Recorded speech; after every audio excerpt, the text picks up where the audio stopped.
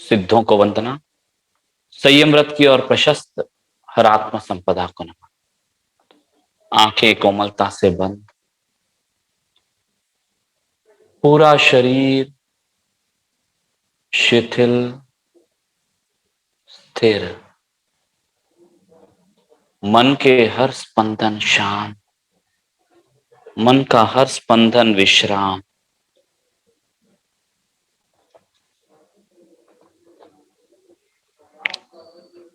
देव दानव तीर्थंकर गणधर, हरिहर नरवर सबला। कर्म प्रमाण सुख दुख पाम्या, सबल हुआ महानिबला रे प्राणी। कर्म समो नहीं कोई। हे मन, देव हो दानव हो, तीर्थंकर हो गणधर हो, हरि हो हर हो, नर हो या वर हो, सारे ही कर्म के अनुसार अपने जीवन में सुख और दुख की प्राप्ति करते हैं। और इस कर्म महादेवता के सामने सारे ही निर्बल हो जाते हैं, निर्बल हो जाते हैं, निर्बल हो जाते हैं। आदिश्वर जी ने कर्म 18 वर्ष दिवस रया भूखा। वीर ने 12 वर्ष दुख दीदा, उपना ब्राह्मणी कुखारे प्राणी। कर्म समो नहीं कोई। प्रथम तीर्थंकर इस अवसर पिणी काल के जो भगवंत कहलाए, उन्होंने भी कर्म के उदय को परिणामों को भोगा। कितना समय भूखा रहना पड़ा। वीर भगवान महावीर कहलाने वाले जन्म के पूर्व ही ब्राह्मणी के कुक्षी में गए। कर्मों का परिणाम कैसे होता है? हे मन, एक एक कर्म का परिणाम मेरे द्वारा स्वयं बंदित है। जब मेरे द्वारा स्वयं बंदित है तो मुझे ही भोगने में दिक्कत क्या है? जो मेरे द्वारा स्वयं बंदित है, जो मुझे ही भोगना है, फिर उसमें दोष पर को क्यों दूं? पर को दोषी क्यों मानूं? हे मन, इस भूल से बाहर निकल। पर को दोषी मानने की स्थिति से निकलकर सत्य की पहचान कर, स्वयं के दोष को पहचान। क्योंकि दोष दर्शन, दोष विमुक्ति का प्रथम चरण है। दोष दर्शन, दोष से शुद्धिकरण का प्रथम चरण है। हे मन, लक्ष्य स्थिर कर। आत्मज्ञान को प्राप्त करना लक्ष्य स्थिर कर। आत्मानुभव को प्राप्त करना लक्ष्य स्थिर कर। सारी शक्ति, सारी ऊर्जा, सारा प्राण, सारा चिंतन, सारा लक्ष्य एक ही ओर विहारित हो। जैसे नदियां सागर की ओर दौड़ती है, वैसा ही हर चिंतन उस महासागर की ओर दौड़े। मेरे भीतर विद्यमान वह संपूर्ण के स्पर्श, संपूर्ण का अनुभव, संपूर्ण का एक झलक मात्र पर्याप्त है इस जीवन को सफल बनाने में। अब इस जीवन को सफल बनाना मेरा लक्ष्य बने।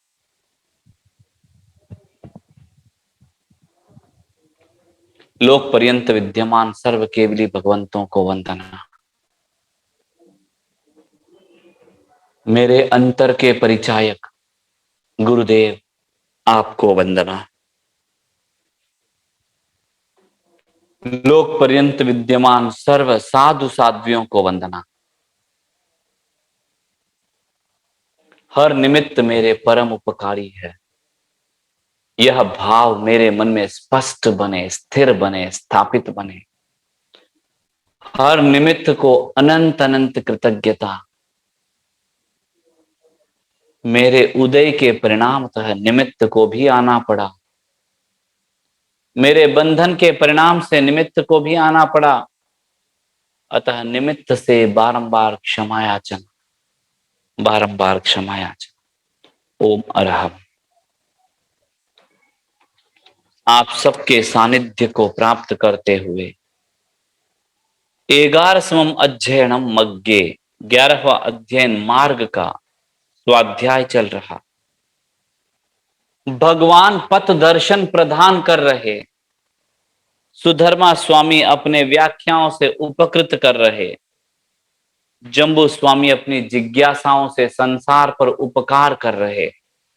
सबके उपकार के लिए प्रकृति के कण कण को अनंत आभार ज्ञापित करते हुए देखा गया कि अनुत्तर धर्म कैसा है, जिस धर्म से सारे प्रश्न विलीन हो जाए, सारे प्रश्न समाप्त हो जाए, वह धर्म कैसा है। उस संदर्भ में जानने का प्रयास रहा कि सभी जीवों को दुख अप्रिय है, इसलिए मैं किसी का अहित ना करूं। इस विषय को जानने के संदर्भ में कल के स्वाध्याय में देखा गया कि हिंसा क्या है, हिंसा कौन करता है और हिंसा कौन नहीं करता है, और हिंसा क्या है। उस संदर्भ में 10वीं गाथा में मार्गदर्शन प्राप्त होता है। अहिंसा समयम चेव, जब जब जीव समता में रहता है तब अहिंसा की आराधना करता है। यानी जब जब जीव विषमता में जाता है वह हिंसा में प्रवर्धमान होता है, वह हिंसा में विहारी बनता है। यानी हिंसा का संदर्भ पर जीव के हनन से ज्यादा हिंसा का संदर्भ स्वयं के बंधन का संदर्भ ज्यादा है। क्योंकि जब जब मैं विषमता में गया तब तब कर्मों से बंधित हुआ, जब जब कर्मों से बंधित हुआ, उदय काल में कर्मों से बाधित हुआ। इस अपेक्षा से स्वयं को कर्मों से बंधित करना हिंसा है। अब करुणा दया किस पर होनी चाहिए, स्वयं पर या पर? स्वयं पर करुणा करते हुए, स्वयं को दुखों से बचाने के लिए, स्वयं को बंधन से मुक्त रखने का प्रयास करने पर स्वतः ही पर जीवों पर दया की स्थापना हो जाती है। स्वयं को कर्मों के बंधन से बचाते वक्त स्वतः ही पर की हिंसा, पर का प्राणीवध यानी पर जीव पर पीड़ा उत्पन्न करना स्वतः रूप से कम हो जाता है। संभवतः ऐसा लगता है। ये दोनों का अविनाभाव संबंध है। अविनाभाव संबंध का तात्पर्य है कि दोनों एक दूसरे से इस रूप में जुड़े हुए हैं कि एक के होते ही दूसरा अपने आप होगा ही। जब जब जीव स्वयं को कर्म बंधन से बचाता है तब तब स्वतः ही पर की पीड़ा उसमें बच गई। मेरे सामने समझ लेते हैं, कोई सुंदर सा पुष्प फूल दिख रहा है एक पौधे में, एक पौधे में पुष्प दिख रहा, उस पुष्प को तोड़ने की भावना हो सकती है कि बहुत सुंदर है, इसको मैं ले लूं। अब साथ में ही थोड़ी व्यक्ति के समझ के आधार पर इस पुष्प को न तोड़ने का संयम बनता है, यानी इस पुष्प को नहीं तोड़ेंगे, यह संयम हो गया। तोड़ना असंयम है तो नहीं तोड़ना संयम मानकर चलते हैं। अब पुष्प क्यों नहीं तोड़ूं, इसके पीछे कारण क्या है, उस कारण के आधार पर धर्म की स्थापना होती है और वह धर्म ही मार्ग है, वह मार्ग ही भगवान का मार्ग है। एक 10वीं गाथा में इतना सार भरा हुआ है कि उस पुष्प को तोड़ने के पीछे तो कारण है आसक्ति, इच्छा। अब उस पुष्प को नहीं तोड़ने के पीछे कारण क्या है क्या क्या कारण हो सकते हैं? उसमें एक कारण होता है कर्म बंधन से भय। कर्म बंधन होगा तो भविष्य में उदय में आएगा, भविष्य में उदय में आएगा तो दुख उत्पन्न होगा, और दुख नहीं चाहूं तो स्वयं से कर्मों के बंधन से बचाऊं। अब स्वयं को कर्मों से बंधन से बचाना है तो उसको तोड़ना, रोकना है, एक कारण। दूसरा कारण, उसमें भी समान आत्मा को देखना, उसमें भी अपने जैसे आत्मा को देखते हुए उस स्वरूप से, जिस स्वरूप से मैं मोहित हुआ हूं, दूसरा कारण गहन है, उस स्वरूप से जिससे मोहित हुआ हूं वह क्षणिक है, अनित्य है, कुछ समय में सब बिखर जाएगा, इसकी पहचान करते हुए उसको तोड़ने से अपने आप को बचा ले। पहला कारण, जो बंधन के भय से, बंधन के परिणाम के भय से फूल को नहीं तोड़ना है, यह अधम अवस्था है, यानी प्रारंभिक अवस्था है साधक का। साधक शुरू शुरू में उस फूल को नहीं तोड़ने का कारण क्या समझता है कि इसको तोड़ने पर कर्मों का बंधन होगा, कर्मों का बंधन हुआ तो भविष्य में दुख उत्पन्न होगा, भविष्य में दुख उत्पन्न नहीं करना है तो मुझे फूल को नहीं तोड़ना है। यहां कर्म बंधन से बचने के लिए मैं फूल नहीं तोड़ूं, यहां तक तो सही लगता है। इसके आगे, यानी पहले कारण का आगे वाला पार्ट बता रहा हूं, दूसरे कारण पर बाद में जाएंगे। फूल को मैं नहीं तोड़ूं क्योंकि इससे कर्मों का बंधन होगा, कर्मों के बंधन होने पर परिणाम क्या होगा, इस चिंतन पर थोड़ा सा परिवर्तन होना अपेक्षित लगता है। परिणाम दुख उत्पन्न होगा, यह एक चिंतन। परिणाम आत्मानुभव में विघ्न पैदा होगा, यह दूसरा चिंतन। भीतर के ज्ञान के अनुभव में विघ्न पैदा होगा, यह दूसरा चिंतन। भीतर से प्राप्त होने वाले प्रकाश में विघ्न उत्पन्न होगा, यह दूसरा चिंतन। पहला चिंतन था कि उदय के क्षणों में दुख पैदा होगा, दूसरा चिंतन था आत्मानुभव से में विघ्न पैदा होगा। इन शॉर्ट, दूसरा चिंतन है कि बाहर की परिस्थितियों से प्रभावित होकर मैं दुखी हो जाता हूं। ऐसा नहीं होने के लिए जो समझ चाहिए वो समझ में बाधा का क्या पैदा करता है, इस पुष्प को तोड़ने से बंधने वाला कर्म बंध पैदा करता है। एक गाथा है, बहुत गहरा है, अपने क्षयोपशम पर दबाव डालें। कैसे भी इस विषय को समझना है कि मैं जो दिन भर धर्म के नाम से जो प्रवृत्ति करता हूं, मार्ग समझकर जिस मार्ग पर चलता हूं वह मार्ग सम्यक मार्ग हो। मेरी समझ, हे मन, उस समझ को भीतर से निकाल और मैं इस समझ को प्राप्त करने का प्रयास करूं जो अपने आत्म में छिपी ज्ञान है। विषय पर आते हुए, फूल को नहीं तोड़ने के पीछे दो कारण।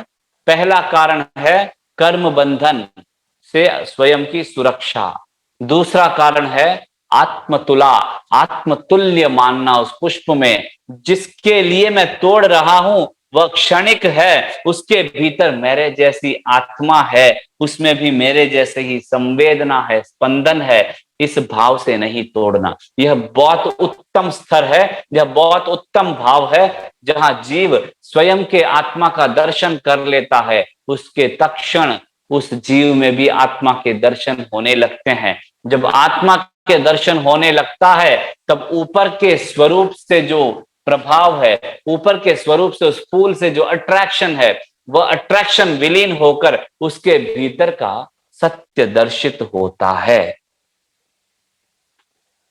पहले वाले कारण में, यानी ये तो आत्मा के दर्शन के बाद, आत्मानुभव के बाद की स्थिति हो गई। हम जैसे, मुझे जैसे अल्पज्ञ क्या सोचकर संयम का पालन करे, मुझ जैसा अल्पज्ञ क्या सोचकर बंधन से बचने का प्रयास करे। पहले विषय पर आते हैं। दूसरा विषय तो हुआ आत्मस्पर्शन, आत्मदर्शन, आत्मानुभव के बाद की बात। आत्मानुभव के अभाव में मुझ जैसे भारी कर्मा के लिए क्या मार्गदर्शन है, आप सबके सानिध्य से जानने का प्रयास कर रहा हूं कि पहले पॉइंट में हमने देखा फूल को नहीं तोड़ने के पीछे एक कारण था कर्म बंधन भय, और कर्म बंधन से बचने के पीछे दो कारण बनते हैं। बंधन से उत्पन्न होने वाले दुख के परिणाम से भय, यानी बंध गया तो भविष्य में दुख होगा, दुख नहीं चाहिए, इसका मतलब मैं क्या चाह रहा हूं, मुझे भविष्य में दुख नहीं चाहिए, इसका मतलब मैं सुख की चाह लेकर चल रहा हूं, और सुख की चाह से बंधन से बचने का प्रयास वापस आसक्ति ही तो है बंधुओं। आसक्ति से पुष्प तोड़ रहा हूं, वह कर्म बंधन करा रहा है। तो दुख नहीं चाहता यानी सुख चाहता हूं, सुख की आसक्ति से मैं अगर पुष्प को तोड़ने में अपने आप को रोक लूं तो आसक्ति है, सुख की हो, दुख की हो, मोक्ष की हो, संसार की हो, आसक्ति आसक्ति है। आसक्ति बंधन का कारक है संभवतः, यथा जानकारी क्षमा याचना। अगर मैं फूल को कर्म बंधन से बचने के लिए तोड़ रहा हूं, यहां तक ठीक लगता है, क्योंकि कर्म बंधन हिंसा है। अब यह हिंसा का परिणाम फूल को तोड़ने पर दुख उत्पन्न होगा, मुझे दुख नहीं चाहिए, इसका मतलब सुख चाहिए, ये अंतर मन की चाह को लेकर चलता हूं, तो यहां पर भी पुनः बंधन ही दिखता है यथा जानकारी। तो फिर किस भाव के साथ चलूं, किस कारण से बंधन से बचने का प्रयास करूं? यहां सुख की चाह नहीं, दुख मुक्ति की चाह नहीं। दुख मुक्ति तो परिणाम है, भगवान ने बताया है कि इस रास्ते पर चलो, इस मार्ग पर चलने पर स्वतः दुख मुक्त हो जाएगा, रिजल्ट अपने आप आ जाएगा, यह परिणाम है। परिणाम की इच्छा, फल की इच्छा मत करो, सिर्फ अपना प्रयत्न लगाए रखो। कैसा प्रयत्न, क्या भाव होना चाहिए जिस भाव से मैं कर्म बंधन से बचूं, यह चरितार्थ हो सके। संभवतः ऐसा प्रतीत होता है कि मेरे भीतर बाहर के परिणामों से विचलित होने की जो स्थिति बनती है, यानी अनंत आनंद मेरे भीतर है, अनंत ज्ञान मेरे भीतर है, अनंत शक्ति मेरे भीतर है। जितने जितने कर्मों का बंधन होगा उतना इस आनंद में विघ्न पैदा होगा। सत्य आनंद को, उस सच्चित आनंद में स्थिर होने के लिए जिसका प्रवाह निरंतर चल रहा। अब पहले वाले विषय को, मतलब इस विषय के दो स्वरूप जाने। एक स्वरूप कि बंधन से बचूं क्योंकि दुख से बच सकूं, दुख से बचने की इच्छा यानी सुख प्राप्त करने की इच्छा, दुख से बचने की इच्छा यानी बहिर्स्थितियों को बदलने की इच्छा। दूसरा पॉइंट जो है थोड़ा सा गहरा लगता है कि मैं अपने भीतर जितना जितना बंधन होगा, जीव उतने ही अपने भीतर के समझ, अपने भीतर के ज्ञान पर आवरण चढ़ाते जाएगा। जैसे जैसे समझ कम होती जाएगी वैसे वैसे बाहर का छोटा सा परिवर्तन भी भीतर दुख को पैदा कर देगा। जैसे जैसे समझ बढ़ती जाएगी वैसे वैसे बाहर में कुछ भी हो जाए भीतर का आनंद कभी परिवर्तित नहीं होगा, भीतर के सुखानुभव कभी कम नहीं होगा, भीतर का वह सत्य चित्त आनंद की स्थिति सदा बनी रहेगी। यह सच्चित आनंद की स्थिति में कोई बाधा पैदा करता है तो यह बंधन बाधा पैदा करता है। यह ही यथार्थ रूप से हिंसा है, ऐसा प्रतीत होता है। गुरु कृपा से अल्पज्ञ हूं, सुधार की अपेक्षा रखता हूं। आत्म गुणों का घात करना हिंसा है, स्वयं के देह को दुख उत्पन्न करना हिंसा नहीं है। आत्मगुणों का घात करना हिंसा है। आत्मगुणों के प्रवाह में विघ्न पैदा होना हिंसा है। जिस कारणों से मेरे आत्मगुणों का घात होता है, जिस कारणों से मेरे आत्मशक्ति का प्रवाह व्यर्थ जाता है, जिस कारण से मेरा वीर्य व्यर्थ जा रहा है, वह हिंसा है। जैसे जैसे मैं बंधन के कार्य में जुड़ रहा, आसक्ति में जुड़ रहा, वैसे वैसे बंधन गहन हो रहे। जैसे जैसे बंधन गहन हो रहे, वैसे वैसे आत्मगुण में विघ्न पैदा हो रहा। यानी मेरे भीतर आनंद है, उस आनंद में रहने की स्थिति से मैं बाहर थोड़ा सा परिवर्तन हुआ, विचलित हो जाता हूं। उस विचलन से बचना है तो मुझे आत्मगुणों के प्रवाह में विघ्न को बचाना है। यानी जब जब मैं हिंसा से बचूंगा, यानी बंधन से बचूंगा, तब तब आत्मगुणों के अनुभव में चलने की संभावना होगी। जब आत्मगुणों के अनुभव में चलने की संभावना होगी, तब जीव सहज दुख मुक्त होने की संभावना है। इसे और थोड़ा एक संक्षिप्त रूप देने का प्रयास करता हूं। जब जब मैं ऐसे कार्य में लीन होता हूं, आसक्ति के कारण, मोह के कारण, प्रमाद के कारण, मिथ्यात्व के कारण ऐसा कोई कार्य करता हूं, जैसे फूल तोड़ रहा हूं। फूल तोड़ते हो तो फूल के प्रति बड़ी आसक्ति थी, कितना सुंदर फूल है, कितना अच्छा फूल है, ये मैं रखता हूं अपने पास, क्या रंग है इसका, क्या रूप है, ऐसे आसक्ति के साथ सोचते हुए उसको तोड़ता हूं। तोड़ने से मेरे कर्मों का बंधन होता है उस आसक्ति के कारण, ऐसे भगवान का फरमान है। अब मेरे कर्मों का बंधन हो रहा है आसक्ति के कारण, इसका परिणाम क्या है? जैसे जैसे बंधन होगा, वैसे वैसे ज्ञान समझ की कमी होगी। जैसे जैसे समझ की कमी होगी, वैसे वैसे व्यक्ति दुख का अनुभव करता है। जे स्वरूप समझा बिना पायो दुख अनंत। इस जिस स्वरूप को समझे बिना अनंत दुख का अनुभव करता है जीव, उस स्वरूप को समझने में जो बाधा पैदा करता है वह हिंसा है। और ज्ञानी कौन होता है? ये यम कुज्ञानी नो सारम, यह एक व्याख्या इतने गहन अर्थ को लेकर चलता है कि ज्ञानी होने का यही सार है कि जम न हिंसंति हिंसति कंचनम, वह स्वयं को हिंसा नहीं देता, वह हिंसा नहीं करता, वह स्वयं के आत्मगुणों के में विघ्न पैदा नहीं करता, वह स्वयं के आत्मगुणों का घात नहीं करता। वो ज्ञानी होता है जिसने ज्ञान का स्पर्श किया है, जिसने अपने भीतर ज्ञान के प्रकाश का अनुभव किया है। वह ज्ञानी होने का सार क्या है कि वह हिंसा नहीं करता। वह हिंसा यानी पर जीवों को पीड़ा पहुंचाने वाली हिंसा की बात नहीं, हिंसा यानी आत्मगुणों के घात की बात है। क्योंकि जब जब आत्मगुणों पर आवरण चढ़ता है, जब जब तब तब जीव दुख का अनुभव करता है, प्रमाद में जाता है, कषाय में तल्लीन होता है। और जब जब जीव आत्मगुणों का स्पर्श करता है, तब यानी जिसकी समझ सम्यक रूप से जागृत हुई है, तब तब वह जीव परमानंद में रहता है, दुख में रहते हुए भी। कल विवरण चला था कि किस कारण से गज सुकुमाल के ऊपर इतने अंगारे जलते हुए भी वह परम आनंद सच्चित्तानंद में रहे हैं, क्योंकि वे हिंसा से मुक्त थे।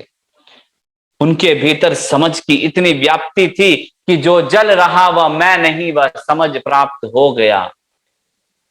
यह तन मिला, यह मन मिला, सब कुछ बाहर से मिला हुआ है, पर मैं मिला नहीं। मैं तो कब से सदा से हूं, बाकी सब आया और चला जाता है, मैं सदा से हूं। उस मैं को जानना है। उस मैं को जानने में जो भी विघ्न है, वह विघ्न ही हिंसा है। और जैसे जैसे जीव अपने आप की पहचान करने लगता है, वह सम की स्थिति में जाने लगता है। वापस पहले विषय पर आते हुए कि कर्म बंधन से बचना है। क्यों बचना है? कि कर्म बंधन से बचने पर आत्मानुभव की संभावना हो सकती है। आत्मानुभव होने पर अपने आप परिणाम स्वरूप जीव दुख मुक्त होता है, जिसकी इच्छा हमें नहीं करनी है। दुख मुक्ति की इच्छा नहीं करनी है, हमें तो सिर्फ आत्मानुभव की भावना स्थिर करें। मुझे मैं पहचानूं यह इच्छा कैसे हो गई, मुझे मैं पहचानूं यह आसक्ति कैसे हो गई, मुझे मैं पहचानूं यह मांग कैसे हो गई। मांग तो उस वस्तु की जाती है जो मेरे पास नहीं है, मांग तो उसकी की जाती है जो मैं नहीं हूं। कभी कहते हैं क्या कि मेले में मैं गुम गया और मैं मिल गया? कभी बोलते हैं क्या? कोई दूसरा घूमता है, दूसरा मिल जाता है, दूसरे को प्राप्त करने की भावना होती है। जो गुम गया उसको वापस प्राप्त करने की, हासिल करने की आसक्ति, इच्छा हो सकती है। कभी ऐसे होता है कि मेले में मैं गया था, मैं गुम गया और मैं वापस मिल गया। तो ये कैसी मूर्खता है? तो जो मेरे भीतर है उसकी मैं मांग क्या करूं कि वो मुझे प्राप्त हो। जो मेरे भीतर है उसकी आसक्ति क्या करूं कि वह मुझे मिले।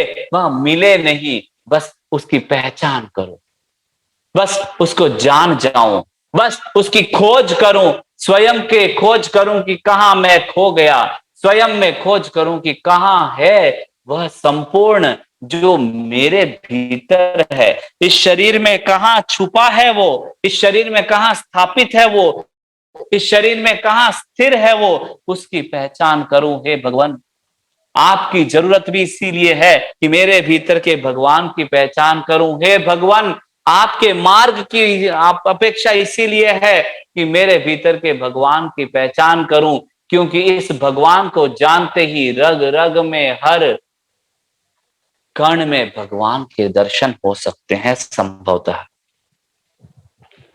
ज्ञानी होने का यही सार है कि वह किसी की हिंसा नहीं करता। ज्ञानी होने का यही सार है कि वह स्वयं को हिंसा से बचाता है, स्वयं को आत्मगुणों के हनन से बचाता है। और जब जब वह समता में गया, तब तब बंधन से मुक्त होने की यात्रा पर चला। आगे की गाथा में बताया गया, ऊंचे नीचे तिरछे लोक में जो कोई दृश्य और स्थावर प्राणी है, सब अवस्थाओं में उनकी हिंसा से विरत रहे और शांति से निर्वाण करे। निर्वाण, शांति ही निर्वाण है। ऊंचे नीचे तिरछे लोक में जो कोई त्रस और स्थावर प्राणी है, सब अवस्थाओं में उनकी हिंसा से विरत रहे। दो दृष्टियों से देखने का प्रयास कर। एक, बाहर में जो प्राणी दिख रही वे, दूसरे उन प्राणियों के प्रति अपनी आसक्ति है वह। एक बाहर जो प्राणी दिख रही है, उनको सब अवस्थाओं में उनकी हिंसा से विरत रहे, यानी उन जीवों के हनन से, हिंसा से स्वयं विरत रहे। बहिर जो प्राणियां दिख रही है उनकी हिंसा, और दूसरा मेरे अंतर जो प्राणी है, मेरे अंतर जो प्राण है, मेरे अंतर जो आत्मा है, उनकी हिंसा से विरत रहे। क्यों विरत रहे? उनकी हिंसा से विरत रहने पर, यानी अपने आप को हिंसा से बचाने पर, मैं अपने भीतर की शांति का अनुभव कर सकता हूं। शांति की अनुभूति क्यों? संति निवाण माहियम, बहुत महत्वपूर्ण शब्द है। संति निवाण माहियम, शांति ही निर्वाण है। पूर्व में कहा कि मोक्ष एकत्व मोक्ष है। जब जब जीव पर से मुक्त होकर स्वयं में स्थिर होता है, वह एकत्व मोक्ष है। अब मार्गदर्शन प्राप्त होता है। संति निवाण माहियम, शांति ही निर्वाण है, यानी निर्वाण मोक्ष है, शांति ही निर्वाण है। शांति ही जीव का मोक्ष है, शांति ही मोक्ष की अवस्था है। और वह शांति कहां है? मेरे भीतर है। एकत्व मोक्षम, पूर्व की गाथा में मिला था कि एकत्व मोक्ष है। अब यहां मार्गदर्शन प्राप्त होता है, क्षमायाचन, शांति ही निर्वाण है। जितेंद्रिय पुरुष दोषों का निराकरण कर मनसा वाचा कर्मणा आजीवन किसी के साथ विरोध न करें। जितेंद्रिय पुरुष, जो जीव अपने इंद्रियों को जीत गया है या फिर इंद्रियों को जीतना चाहता है, यह जितेंद्रिय शब्द बहुत महत्वपूर्ण है। एक बार जितेंद्रिय शब्द केवली भगवान के लिए किया जा सकता है, एक और जितेंद्रिय शब्द एक साधक के लिए लागू होता है। अंतर इतना है कि केवली भगवान सर्वथा जितेंद्रिय है और साधक अनेकों बार जितेंद्रिय बनता है और अनेकों बार इंद्रिय के प्रहार से मरता भी है। जितेंद्रिय कैसा? श्रावक का जितेंद्रियत्व कैसे? जब जब कर्म उदय में आता है, इंद्रियों के माध्यम से आसक्ति पैदा होती है,